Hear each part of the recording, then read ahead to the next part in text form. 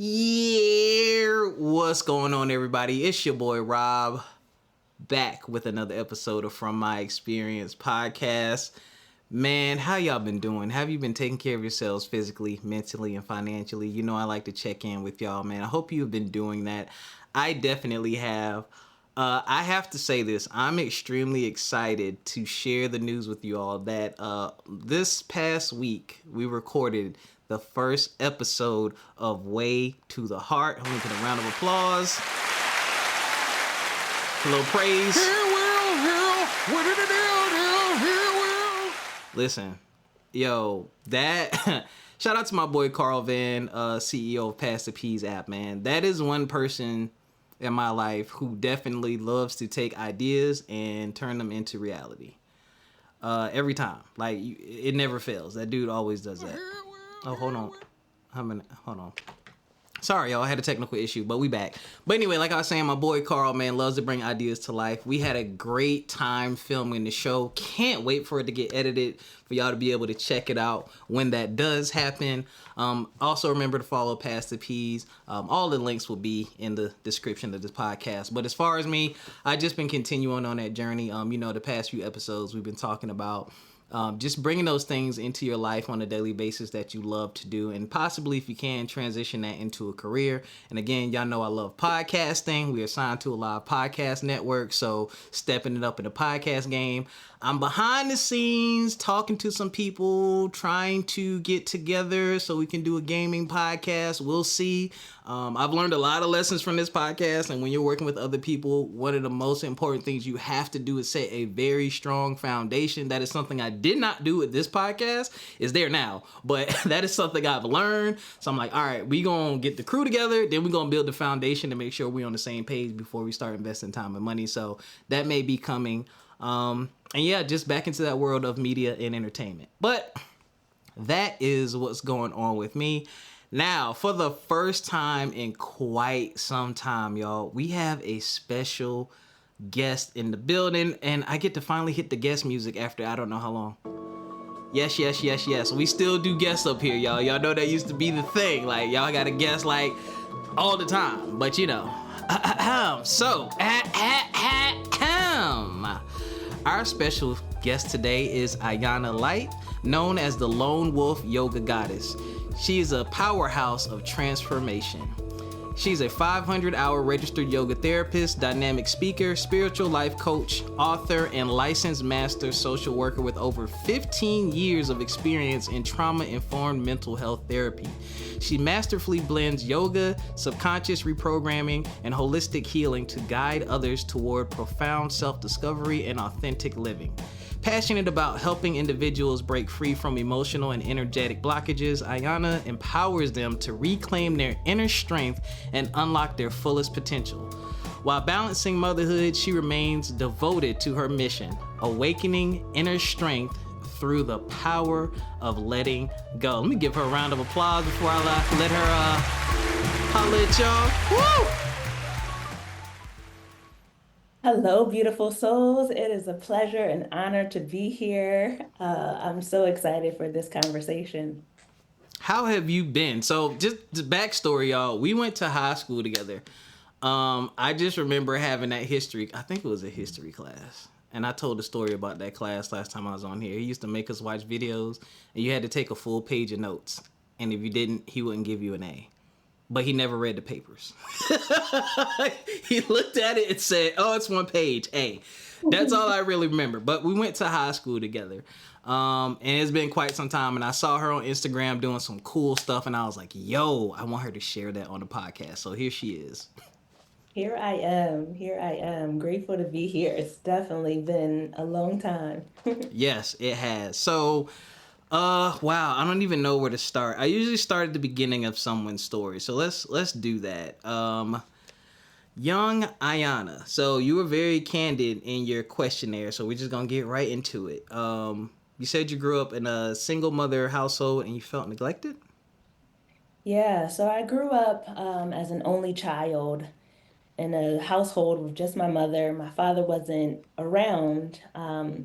And so I just felt very abandoned by my father for him not being there. And because my mom was the sole caregiver and provider, she was often at work. And if she wasn't at work, then she was, socializing. Hmm. So I spent a lot of time alone. And so I felt very abandoned, neglected, and rejected from my birth parents. And I felt very alone.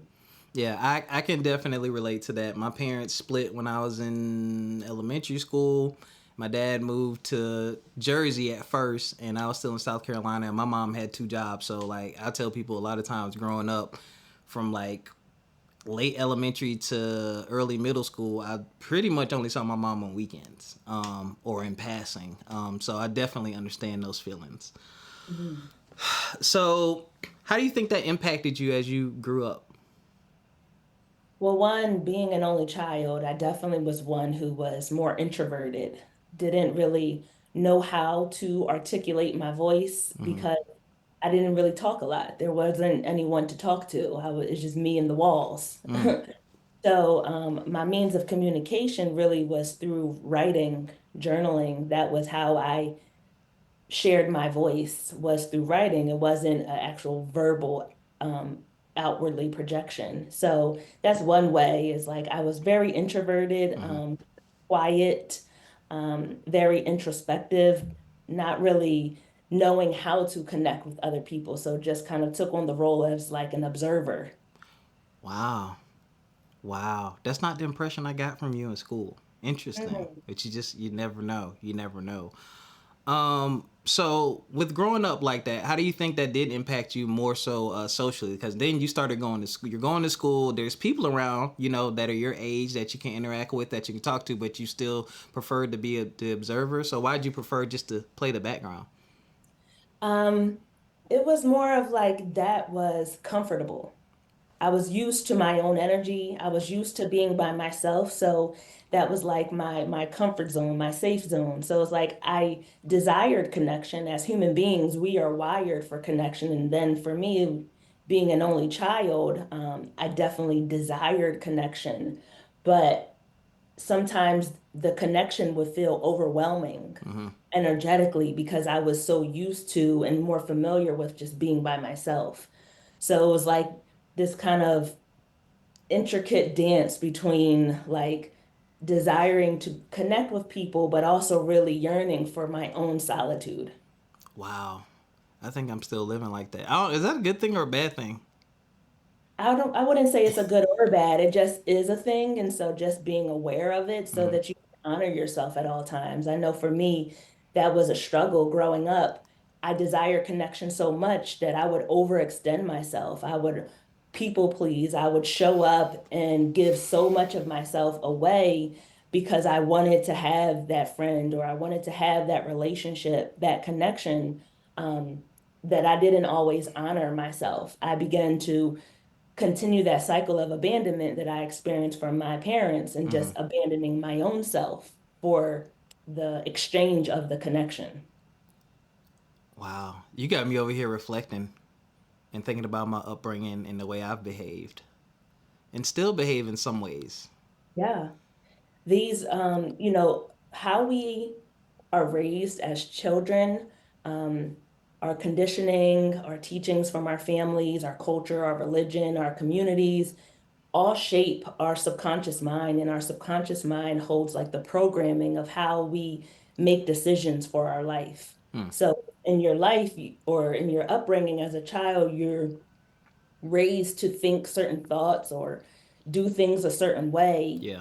You'll continue to think those thoughts and do things in those same orders unless as an adult you begin to question, like, is this way of moving or thinking or showing up to the world, is it still serving the best and highest version of me? Is this Hmm. really helping me? Because oftentimes we do things just from this kind of subconscious programming. It's like we're operating our life in cruise control, Wow. never pumping the brake to question, like, this was taught to me or I learned this from some kind of external source or stimuli. Is this still working for my highest self and my highest good?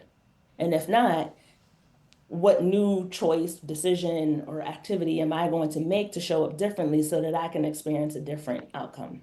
Ooh, yeah, yeah. A lot of people refer to that as breaking generational curses. I dealt with that a lot. Having grew up in the South, and then middle school, I moved to Philly. Completely different, just change of pace, change of life.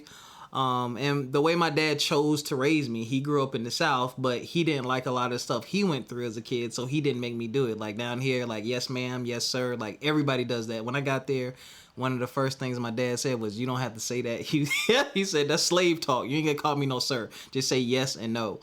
And I remember clashing with someone. I was in college. I got a job at Walmart, and this lady in the deli got mad because she asked me for something, or we were talking, and I said yes, and then she was like, "Yes, what?" And I was like, "Yes." She's like, "You're supposed to say yes, ma'am. I don't know who raised you." Now, because I had enough Southern gentleman in me, I didn't go off on her. I wanted to so bad because my dad raised me, and at that time he had passed away, and I was very offended. But looking back on it, I remember I was like, "Oh, you just one of those people who was raised a certain way, and you think that's life and that's it." And it's like life. The beautiful thing about life is we get to choose. Like we get to choose. I don't have to abide by those things. And the people who raised me, I mean, not in a bad way, but just being real, they're not perfect. They didn't do everything right. And I'm not gonna do everything right, but I get to choose how I want to go through this journey that we call life. So I really connect with what you just said, and that's one of the things I love to do on the show is just like challenge people to challenge those thoughts and those feelings. And it does come with some rejection, it does come with some resistance, but at the end of the day, you'll be happy with you and how you feel versus trying to make everybody else feel good because you can't please everybody. So Yeah, I say often to clients that I work with is like, we didn't come here to be understood. We came here to understand ourselves. ooh, I like that. I like that. All right, so you studied psychology and social work. What led you to that path? Yeah, I definitely say that my whole life has been a setup for for this version of me who I am today. But growing up alone, raised by a single mom, my father wasn't in my life because he was a drug addict. He was addicted to crack. So he was heavily in the streets with this substance that was controlling his life. And then my mom was very much so in survival mode, just trying to provide for me. And so that abandonment, that neglect, that rejection made me really curious about people and like the decisions that they make. And even like my dad being addicted to this substance and not being able to show up to be a part of my life, I just had so many questions. Like, I don't understand. Like, I want to understand how the brain works and why people make the choices that they make. So I started studying psychology because of my curiosity about, you know, trauma. Mm-hmm. And so then that study of the mind then turned into me studying human behavior, which is social work, and the interconnectedness of us Mm-hmm. because we are all interconnected in this human experience by some kind of the ethers, the air, but also just energetically, how it's like this big domino effect Mm-hmm. of humans, of like the things that I do impact and affect everything and everyone that I'm connected to.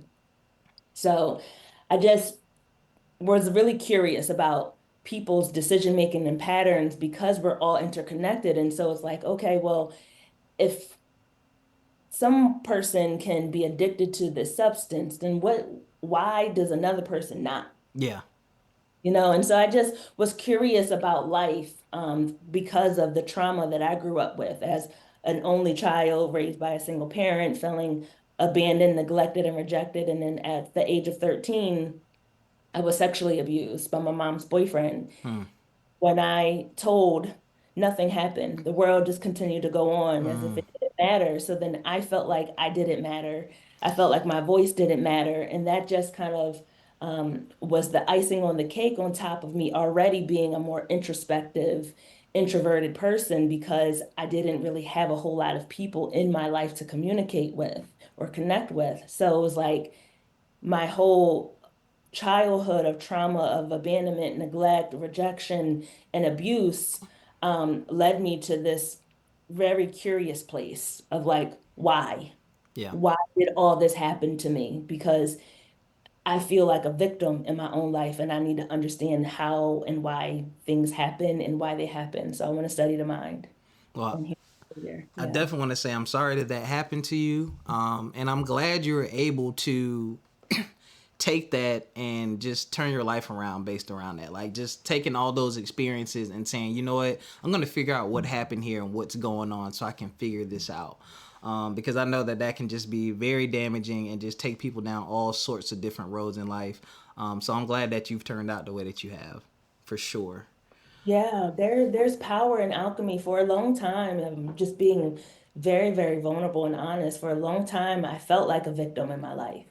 I navigated my life as a victim, like, woe is me that my dad wasn't around. Woe is me that my mom wasn't emotionally present. Woe is me that I was sexually abused and my innocence was stolen. And those are very real things, Yeah. right? I held space for that pain. But for a long time, that was all that I knew was that energetic pain, which really blocked me from experiencing the fullness of life. Mm. Carrying that pain around and that victimization around, it infected all of the romantic relationships that I was in because I wasn't ever really fully showing up to it because there was a part of me that was blocked off, like I'm not letting you hurt me again because that's how I viewed the experiences that I had was pain and I need to protect that Yeah. pain. And but through the study of the mind and the subconscious programming and just how our mind dictates our decision making and how our decision making then controls how we perceive our lived experience, our personal reality. So just drawing all those connected dots, I'm like, I'm acting like a victim in my life, which is why I'm then attracting things that make me feel like a victim, Mm. this energetic boomerang. And so that required me to take a real look at myself, doing that introspective shadow work to say, like, what are you going to do differently so that you can show up to your life and attract something different? You just said something so powerful. Y'all might need to rewind that and listen to that. I think it can be. I'm trying to be choose my words wisely because I don't want to offend anybody. We've all been through different levels of things in life, and like being a victim is a very real thing.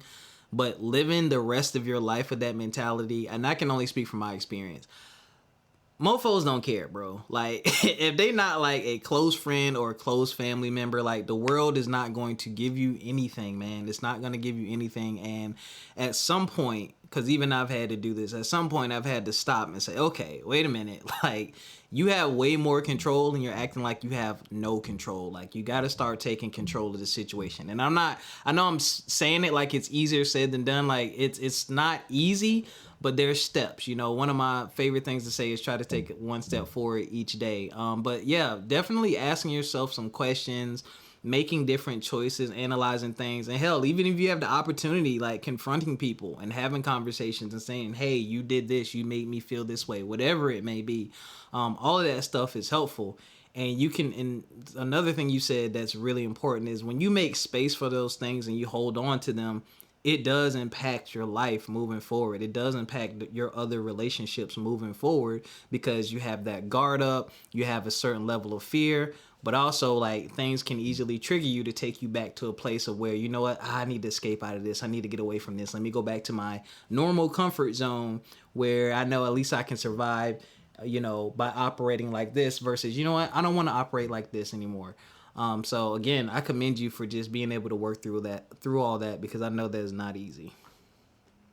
Yeah, it isn't easy, but that's the beauty. There's like spiritual laws that govern our human existence. And one of them is the law of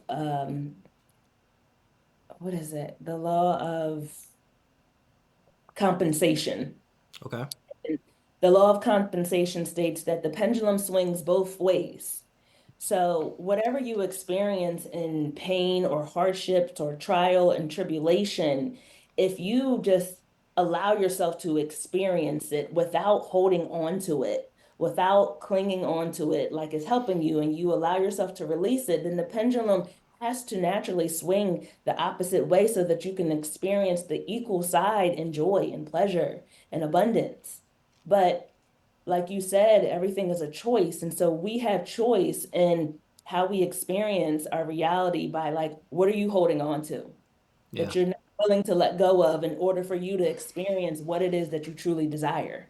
Well, are you holding on to a job? Are you holding on to a mindset? Are you holding on to a relationship? Are you holding on to eating habits? Are you holding on to, like, we could go on and on and Mm-hmm. on, right? What are you feeding yourself? What are you energetically, physically, in all of the ways? What are you feeding and absorbing into your field?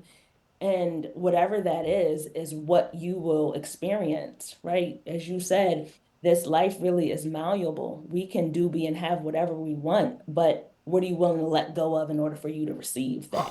Ooh, hold on, I gotta play some praise for that. Here will, here, what did it do? Here will. Yo, you. I'm a goof. Wow. Yeah. Letting things go. Woo. You got me reflecting. Like, I've been through a lot these last 3 years, and I've had to life put me in a position to where I had to hit the reset button. And when you're kind of like put into a corner and you have to hit the reset button and your back is against the wall, the beautiful thing about your back being against the wall is you can now see everything because nothing's behind you. It's either in to the left, to the right, or it's in the plain view in front.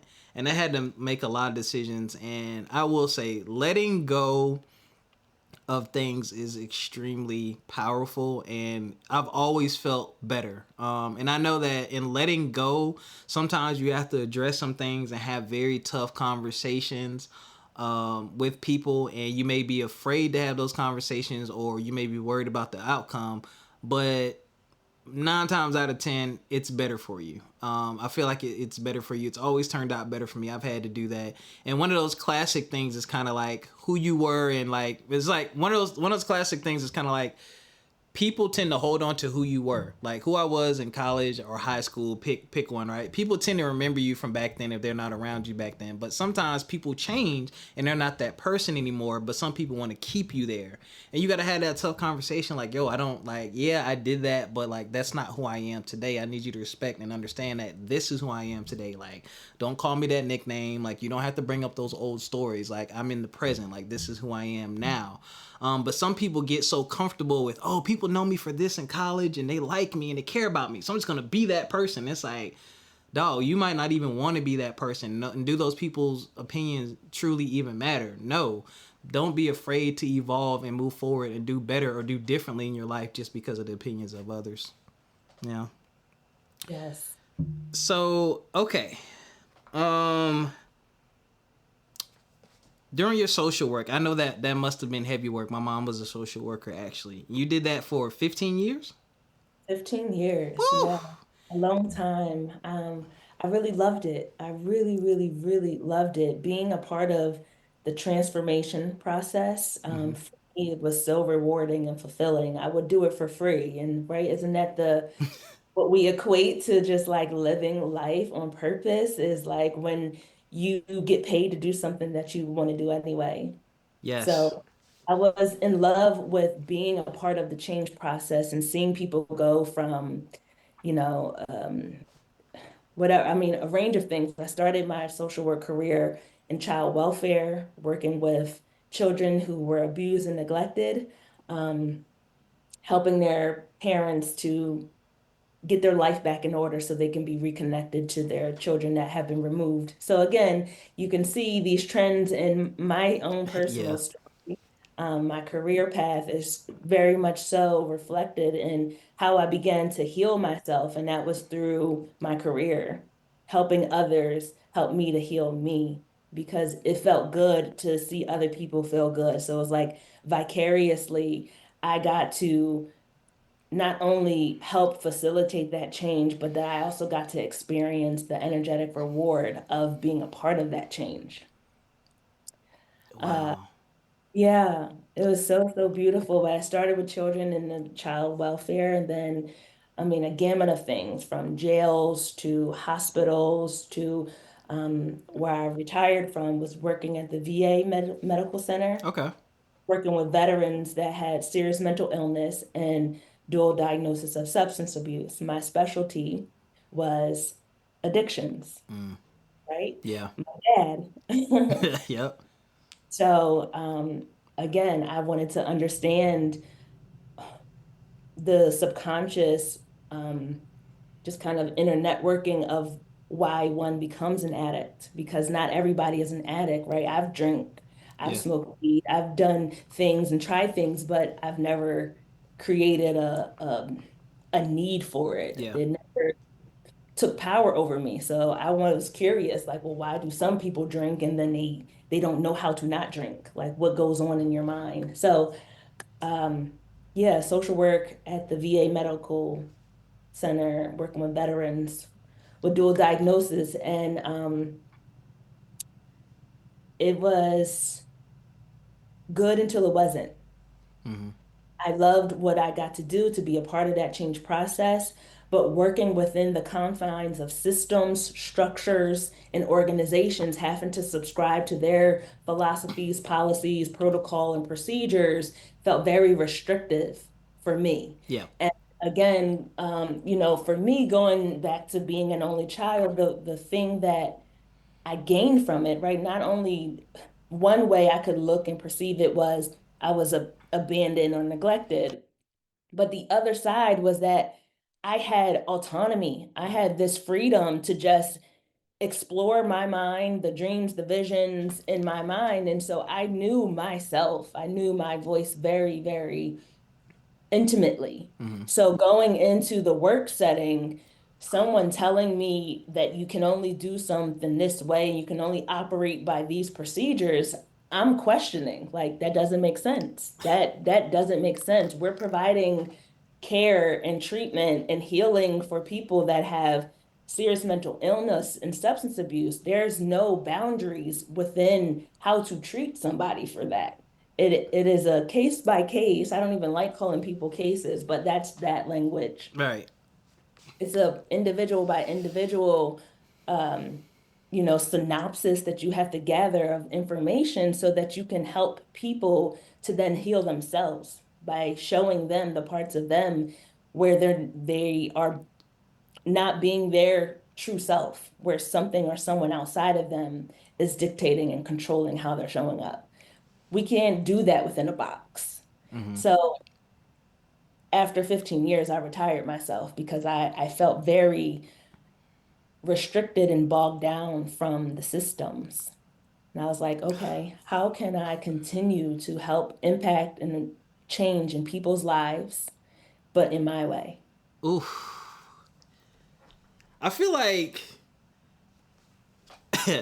the way you broke that down, I see. I connect with all that so deeply.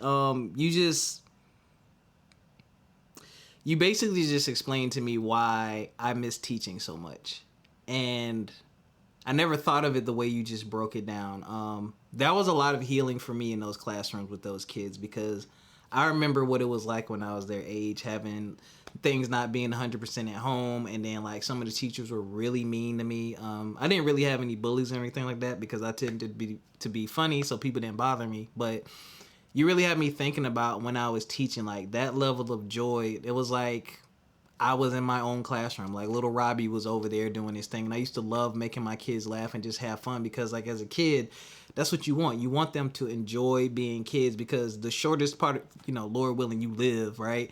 The shortest part of your life is spent as a kid. Like that's it. And once it's over, it's over. Like that curiosity, that imagination, that adventurous spirit, the mistakes, your teeth falling out, that whole weird, awkward process of being a teenager, all that stuff. But I got a lot of healing from it. I didn't think of it that way, but I definitely did, and I still do miss it. And it is, I ain't gonna say I do it for free.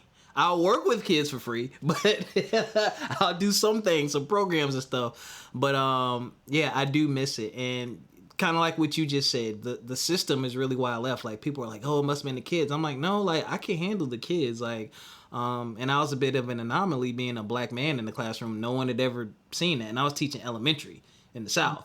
So like parents would come, oh my gosh, you're the first male teacher. You're the first male teacher, and my kids still talk to me to this day. Like they're now in their early 20s. They have, some of them have families, some of them have gone on to do things. But you know, some kids I taught that were in fourth or fifth grade like remember like speeches and things I gave them in class and information. I'm like, you still remember that? Like you've had so many teachers after me and they still remember that. So yeah, it was tough to leave, but kind of like, again, like you said, like the system just kept, I'm like, yo, these things are working. My kids are enjoying this. They're connecting with this. No, we're not doing that. We're getting away with that. You got to start all over and do this again. You got to start all over and do this again. I'm like, I can't do this anymore, because what I said was I never want to become the teacher that a kid grows up and remembers me because they hated me. I don't ever want to be that teacher. And I started to notice my attitude change, and I was like, it's time for you to go. Like, because you can't take your frustrations that are happening on the administrative side or legislative side out on your kids in the classroom. Like you said, you never wanted to be that guy. So that's what happened when I initially left. But so I just, the way you broke that down, I truly connect with that. Into something else you said, very interesting. Giving all of me away, living only through vicarious joy, I eventually burnt out. Hmm. Oof. Yeah. Yeah.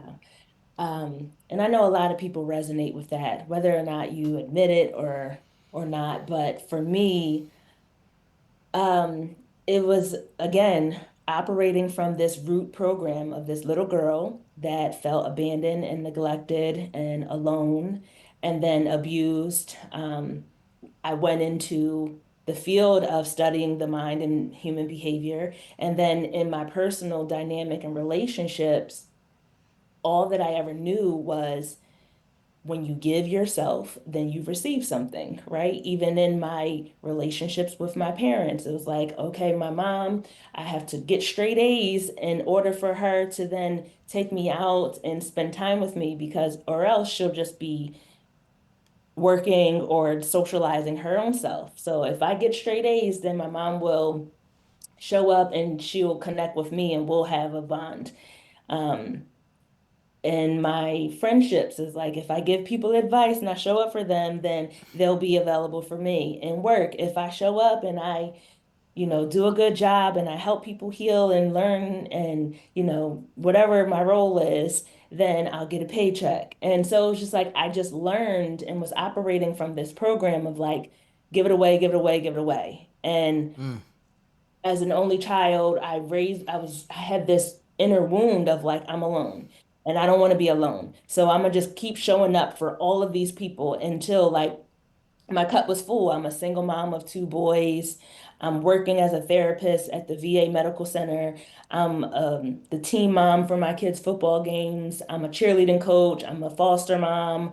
I'm a friend. I'm a daughter. I'm all of these hats, right? And so juggling all these different hats, I had a good kind of routine where I was like keeping up the momentum. yeah. But after a while, you start to get tired. Your arms get tired, you feel fatigue. And it was like, okay, well, if I put this down, then I won't be that person.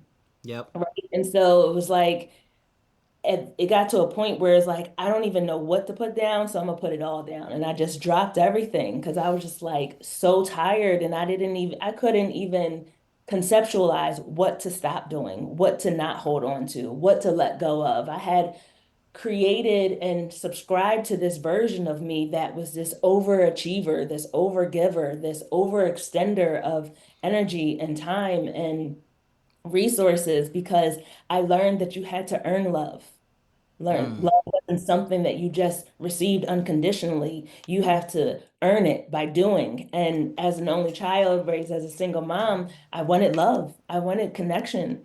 I wanted to experience closeness and intimacy with another being. And, the realizing the emotional deprivation that we grow up with when we only have one parent, or even if with two parents. There's a lot of people I work with and they have two parents, but their parents are not emotionally connected to them. Like, do you give hugs and, you Yeah. know, give kisses, and do you say I love you? And are there any kind of like love, like intentional love gestures so that you feel it, you know it, right? Because love is not something that is like, here's a sandwich, Yeah. but love is the energy that is infused with that sandwich Mm. that you receive it. But so, um, yeah, I got to the point of burnout and exhaustion because was holding on to all of these different hats and roles that I played, and none of them were truly me. It was Oof. like I was the juggler juggling all these hats and roles. And me, who I truly was at my core, was lost. I had no idea who I even was because I was playing a role in everybody else's story. Wow. Girl. I don't even say girl. Wow. That's very real. That's so okay.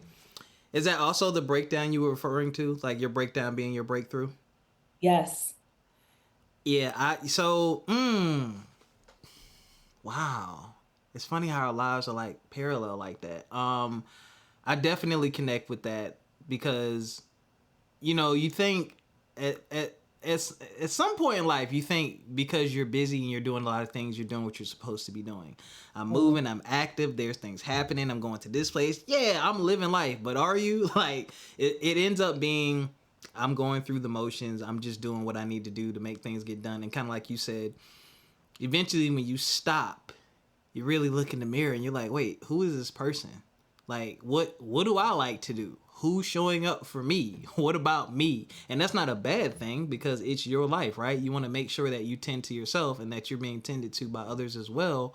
And you got me thinking about a choice I had to make because this is again, y'all, why social media can be very dangerous. Like, please limit your social media intake, or at a minimum, like, start removing the junk from your social media because the role that I play in life, and I've always done it well. And it feels good and natural. I'm a great wingman. I am great at being the glue between the cracks. I'm not the best leader.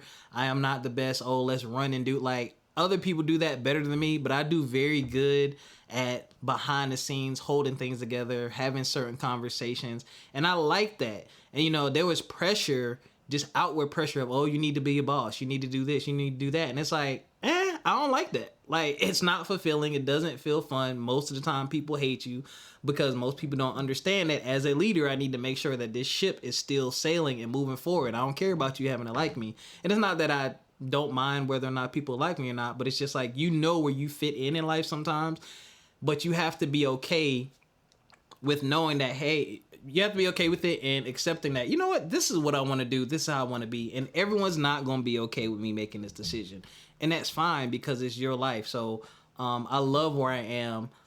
So I thank you for sharing that story about your breakdown. So is that what led you to yoga? Yes. When I got to this point of burnout where I just dropped all the balls, I released everything. I retired from my career. Um, I sold my house. Oh, you did it all. I did it all because when I retired from my career, right, the financial compensation that I was receiving was um, it was now void. So the lifestyle that I was living, I no longer could afford it. So I'm like, well, I'm not going to just get another job to afford this house, right? Mm-hmm. I just let go of the job because I'm creating space for me to find myself again, to rediscover myself again. So I need to let go of this house because I can only afford this house and by working this job, the way Mm-hmm. that my life was set up at that time, I didn't have a whole lot of people in my life supporting me. It was just me and my son. So it was like, all right, well, I need to sell this house. So I used the house and as leverage for me to live for the next year. And I gave myself a year. I said, all right, I'm going to sell my house, and the proceeds from my house, I'm going to reset my life. I'm going to come back to find who I am, what I like, what's my voice, what do I want to do, like what even feels good. Like I was completely lost in all these roles. I'm like complete reset. So it was really magical how this happened when I put my house on the market. A guy bought it, and in our closing, I had 30 days to get out of the house. And so I was like, I know that I'm not going to have, that's not going to be enough time. So I was like, is it a possibility that I can rent the house so that I don't have to rush? Yeah. He was like, yeah. So I paid in our closing offer, I paid for 12 months of rent. So Smart. basically, I was rent free for a year. And you know, like you said, many people who knew me personally were like, "You're tripping, you're crazy. What are you doing? Why would you do that?" And I just was like blocking out the noise, right? The external noise can be so, so incredibly noisy. And if we allow everything externally, the people, places, things, and ideologies that are not ours dictate, run, and control how we show up to our life, we will never move forward. We will never grow, evolve, or change as a human. And for me, it was like, I'm exhausted from this version of me that I created. I no longer can maintain that, nor do I desire. So block out all the external noise, and I'm coming back to myself and I'm resetting myself. So in that year, I started practicing yoga. And I always say that yoga really found me. Hmm. I got like this free 3-day trial at this studio. So I went, and I had this very, very spiritual response to it. It was like more than just like my body felt good. Like my muscles were stretched out and that felt good, but it was like energetically, I felt lighter, like Hmm. literally, like I lost energetic weight. And Hmm. so I was like, I want to know more about this. Like, what is this doing? Because this is something different. I had been a social work therapist for 15 years, and I knew how to reset the subconscious mind and help people to understand, understand, and overstand their patterns and how they're showing up to their life and how that's impacting their personal lived experience. But this energetic lightness, that's something new. What is this? So I'm like, I want to learn more. So I enrolled in a yoga teacher certification, not with any intention of teaching, but just curious. Like, I want to know more about this thing. And so yeah, so then I got my certification, and as I said, I was a single mom to two boys. My sons were athletes or are athletes. Hmm. And so, you know, I had been like the team mom in all their football and track and wrestling and basketball, all the different sports. And so I was very connected to the athletic world. So once I got my teacher certification, some of their peers and kids that they worked out with were like, "Hey, Miss Ayanna, I'm about to go to college. Can you do a yoga session with me? I heard that this is good. Like some of the collegiate level athletes are doing this. Could you do it with me?"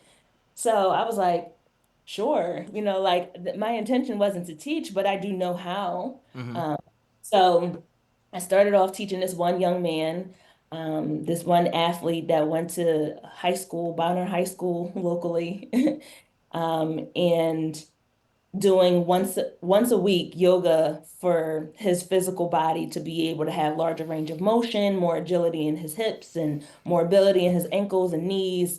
And after working with him for 2 months, he had like a huge breakthrough, like in his performance on the field Oh um, wow. as a football player. But then also his grades improved on his next report card. His grades improved. He was sleeping better, and then like also like having a better relationship with his parents. His parents had reached out to me and was like, "What are you doing to my son? He's so respectful. He's honest. You know, they're like, what are you doing to him?" And I'm like, well, I'm teaching him about his energy, teaching him about his body, and helping him to understand himself through stillness, through movement. And so word got out, and then I started a yoga for athletes practice for this local high school. Ah. That kind of spread. And so then I was traveling and I had classes at this local gym. yoga for athletes once a week. So that was out to the public, but then I would push into some of the high schools. And then that was a thing when I realized that one of the issues that I was or challenges that I was seeing was that a lot of these kids had anxiety, Mm-hmm.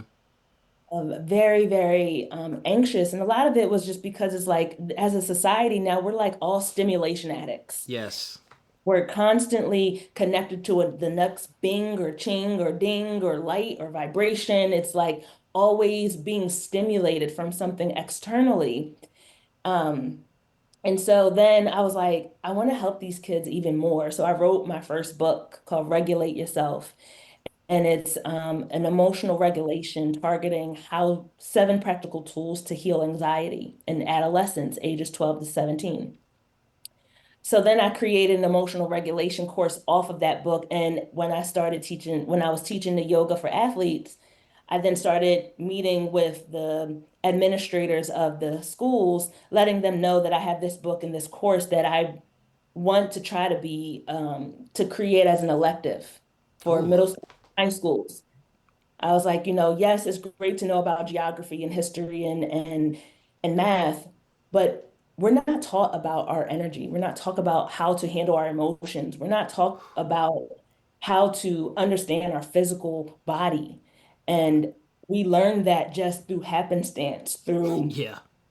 peer socialization, Yeah. and we begin just kind of trauma dumping and bonding. And there's a different way to do it, and it needs to be taught. And the schools, when I will push in, they will be excited, like, well, you can do the yoga, but the emotional regulation, I don't know. It's refreshing. I believe in it. But again, those structures, those The boundaries, system. the systems, they're like, change is scary. Let's just keep it how it is. And I'm like, it's really challenging to push in and try to get a large entity like a school district or a government agency to believe in something that is foreign, Yeah. Non-traditional. non-traditional. Yeah. And so for me, it was like, this now feels again how I felt when I left the federal government. Like I'm trying to force something that's needed into a system that's just It's un broken. inflexible. Yeah, with their approach. And so I was like, okay, well, this is not this is not what I want to do. Like I enjoy what I do, but I feel like my energy could be used differently. Mm-hmm.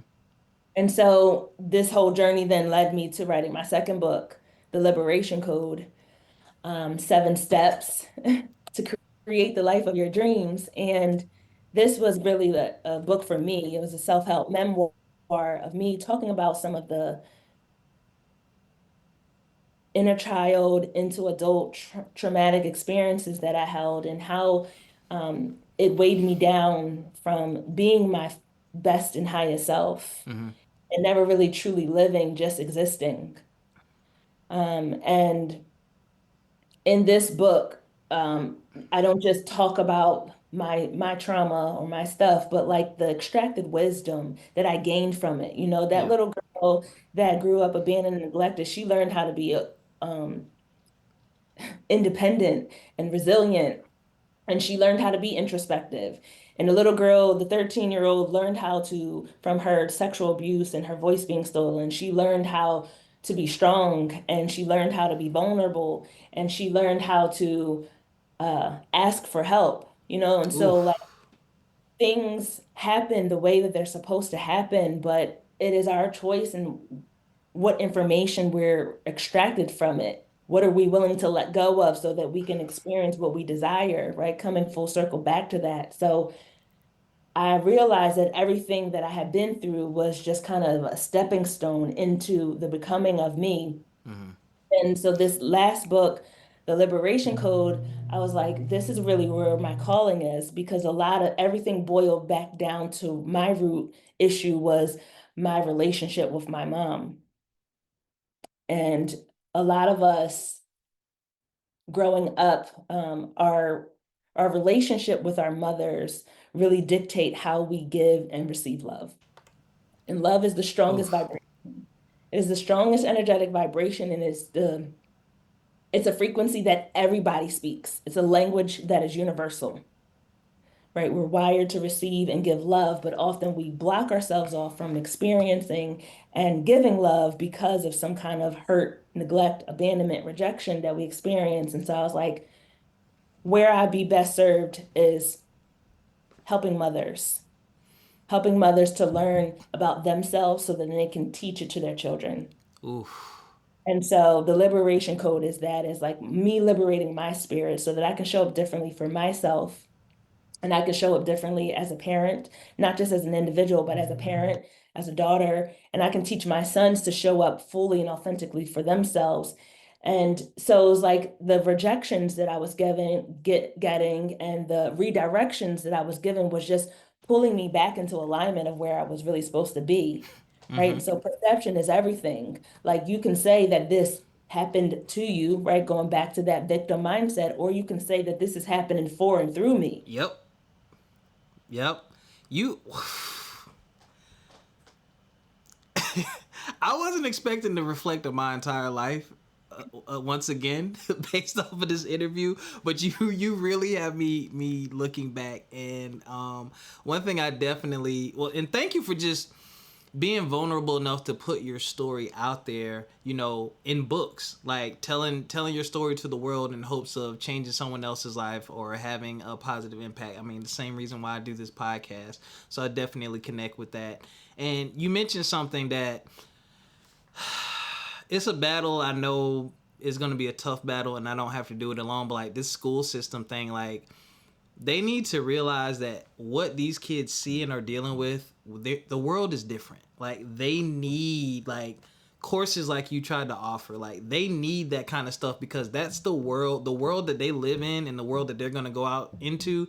They need a different set of tools than the ones we needed when we went out there. Like our world was very academic based. Go get your education. You can find a decent job and make good money. Okay. But now jobs are kind of like and then like we're finding more out about mental health and well-being, and they need those tools much sooner because they have social media. Everything they do gets blown up to the entire world versus us. Someone might talk about it for a week but then it's gone and we back to our normal life.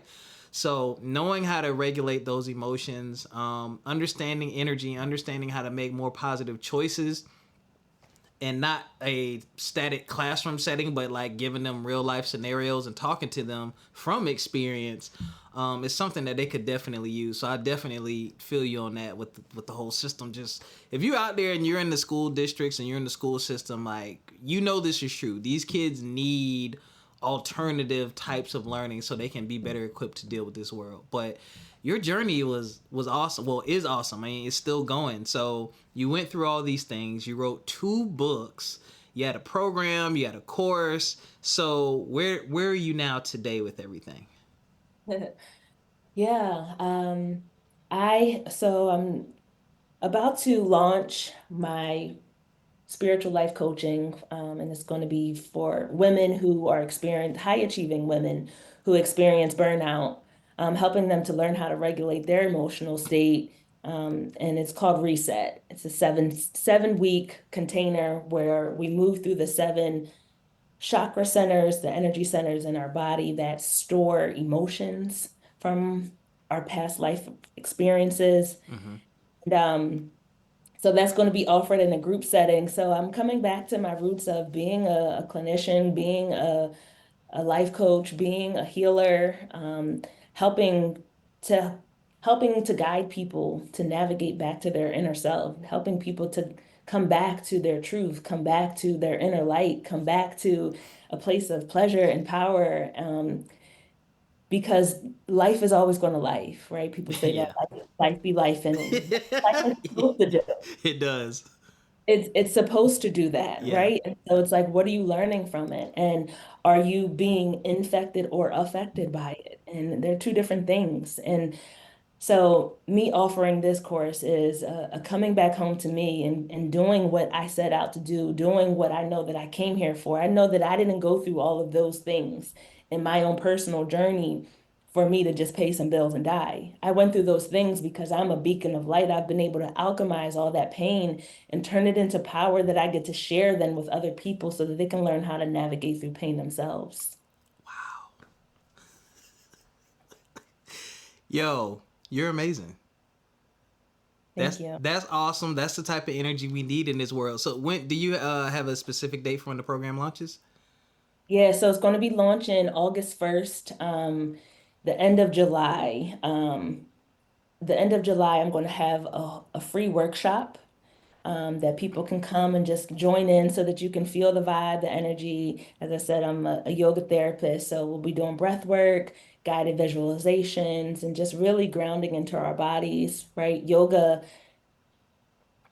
English translated means to yoke the mind and the body. Mm, And many humans, especially in this Western American civilization, operate from just these walking heads. You know, you're only operating from your logical mind, what you can see, smell, taste, tangible things. But energy is real. We are all energy. Everything is energy, right? We're yeah. just vibrating at different speeds and frequencies. And so when you can come back to that energy body, connecting the mind and the body, then you can come back into wholeness. You can come back into oneness.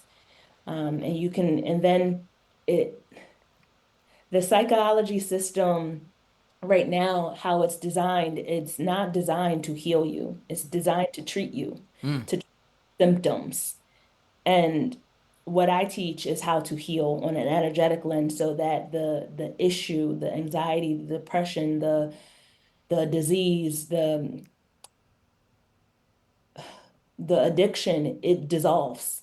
It becomes no longer existent because you're voiding out all of the dense energy that's keeping you tethered to that thing. This program is going to be amazing. I can already tell.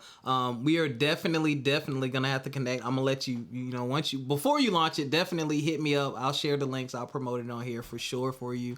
And then we definitely got to have you back on to just, see what's new, see what's going on with the program. My co-host definitely, she had questions for you. Erica, if you're listening, hi, I didn't ask any of your questions because they're great questions, but we're gonna save them for next time.